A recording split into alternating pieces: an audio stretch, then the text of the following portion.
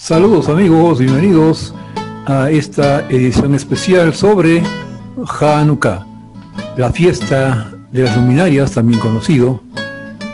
Y bien, quería comentar sobre esta festividad.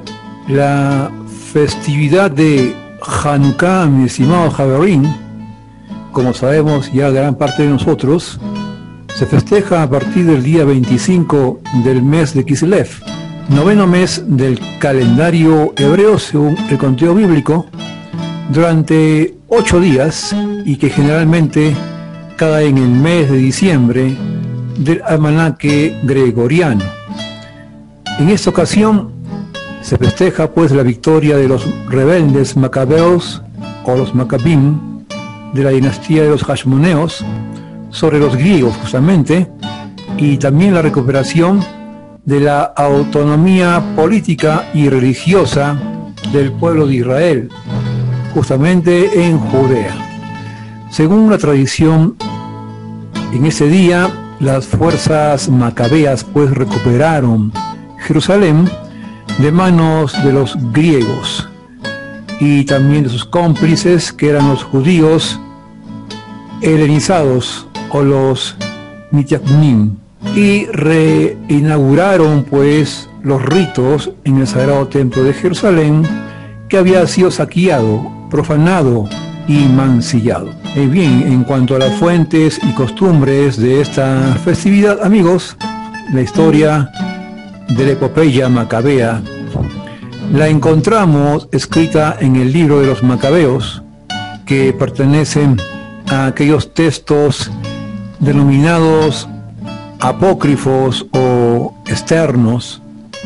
Bien, estos libros fueron escritos en épocas cercanas a los hechos ocurridos, pero por diversos motivos no entraron en el canon palestinense o en el canon de la Torá, que hoy en día pues conocemos como el Tanaj, o bueno, la Biblia o el Antiguo Testamento en el mundo cristiano.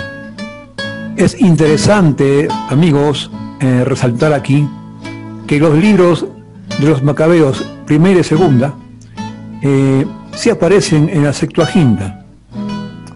Es una versión pues judeo-griega de la Biblia, del canon alejandrino, y es más extensa pues y completa, cuya compilación es previa a la de Palestina, y que fueron omitidos de esta última. Si bien hay menciones previas, sueltas y poco detalladas sobre Hanukkah en el tratado de Ta'anit y en la Mishnah de los siglos I al III de la Era Común, los preceptos de la festividad aparecen por primera vez en forma detallada y explícita en el Talmud de Babilonia, texto pues canonizado a fines del siglo VI de nuestra era, en donde, digamos, se explica la misbah del encendido de las velas de Hanukkah, una de las llamadas misbot de Rabanán, es decir,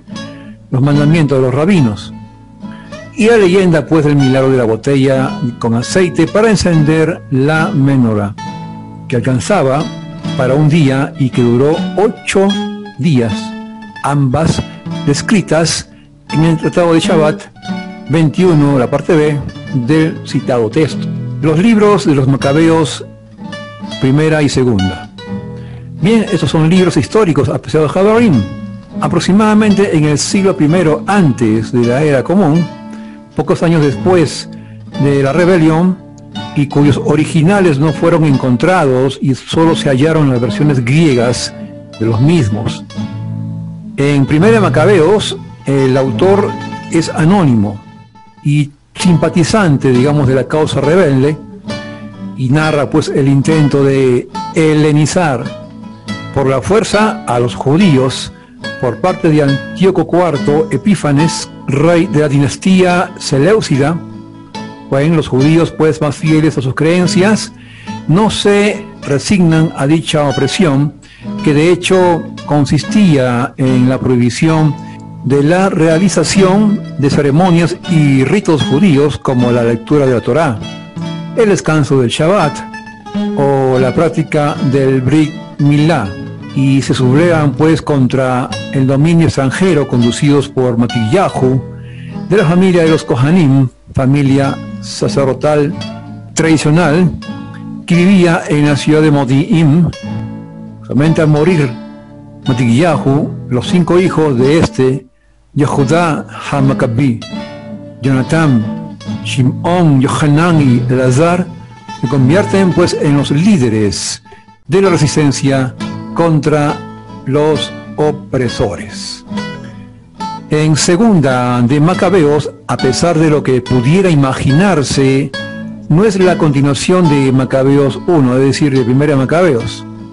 En esta segunda parte se cuenta parte de los acontecimientos que están contenidos en el primer volumen, pero su narrativa pasa más por la justificación teológica que por la descripción histórica. Ambos libros divergen en muchos aspectos y hechos, que se explican porque los objetivos de ambos autores son diferentes, y esta parte se propone más exaltar al Sagrado Templo de Jerusalén y menos relatar la rebelión macabea contra los griegos. Ese último se centra pues en 2 eventos centrales. Primero, la dedicación del Sagrado Templo luego de su reconstrucción, es decir, Hanukkah. 2. El día de la victoria sobre Nicanor, el comandante del ejército griego, día de Nicanor, fiesta que posteriormente fue anulada por caer el 13 del mes de Adar, el día de Ta'anit Esther, es decir, del ayuno de Esther, previo a la festividad de Purim. Duración de estos festejos de Hanukkah. El segundo libro de los Macabeos nos trae también una interesante explicación de por qué Hanukkah se festeja durante 8 días. Según este relato, es debido a que durante la época en que los griegos dominaron el Sagrado Templo de Jerusalén, no se pudo festejar la fiesta de Sukkot, que dura pues 8 días. Y por lo tanto, la reinauguración del Sagrado Templo debe durar pues este periodo en su recuerdo. Por otro lado, el Tratado de Ta'anit los atribuye a los 8 días de trabajo que pues les llevó a los macabeos para purificar y restaurar también los elementos sagrados del rito en el Bet HaMikdash, es decir, en el Sagrado Templo. Otras costumbres de la festividad de Hanukkah. Bien, como ya describí en un artículo anterior, vemos la perlinola, es decir, el zebibón en hebreo, una especie de trompo, el dreidel en yiddish, con la que los niños pues juegan, y que en versión israelí, digamos, en sus 4 caras, tiene las letras hebreas Nun, Gimel, He y P, que son las iniciales de las palabras en hebreo que dice Nes Gadol Haya Po, es decir, un gran milagro sucedió aquí. Y en su versión en la diáspora, las letras son pues Nun, Gimel, He y Shim. En relación a la palabra o expresión hebrea Nes Gadol Haya Sham, es decir, un milagro ocurrió allá. También se acostumbra a comer comidas fritas, en aceite obviamente, como las fritacas de Hanukkah entre los sefardíes, los sofnayot, la masa en forma redonda, rellena, los latkes, croquetas de patata, o sea, papas, en recuerdo del milagro del aceite de la menorá. Otras menciones de la festividad las podemos encontrar en fuentes antiguas como el Midrash Rabbah o el Tratado de Avodat Zarah, que es la idolatría, del Talmud, en donde podemos estudiar que Hanukkah, que cae generalmente a fines de diciembre, es una manifestación de una festividad del solsticio de invierno del hemisferio norte, que es la noche más larga del año y la fecha en donde los días terminan de acortarse. y a haber más luz solar. El simbolismo de las velas que vienen a expulsar la oscuridad es más que interesante, apreciados amigos. Por otro lado, podemos también encontrar el trasfondo agrícola de la festividad, como de la mayoría de las festividades del calendario hebreo. Esta es la época en que se termina la recolección de los frutos de los olivos en Eretz Israel, es decir, en la tierra de Israel, y cuya mención la encontramos en el Tratado Bikurim 1.6 de la Mishnah, en donde Hanukkah era la fecha última para traer las primicias que fueron recolectadas desde Sukkot, y que en esa fecha pues se festejaba una antigua festividad del aceite que se conmemoraba con el encendido de luminarias con aceite de oliva y que data pues de la época del primer sagrado templo, pero que fue reinterpretada y absorbida por Hanukkah a partir de la epopeya macabea posterior. Otra fuente interesante, apreciados amigos, para consultar es el libro de las antigüedades judías, número 12, del historiador Flavio Josefo, que vivió en el siglo I de nuestra era, y ahí pues nos relata en su libro, pues, ¿no?, cómo el victorioso Yehudá Macabí, o Judas Macabeo, ordenó, luego de reconsagrar el sagrado templo de Jerusalén, que todos los años se celebrase el importante evento durante 8 días. Josefo llama a estos festejos pues el Festival de las Luminarias.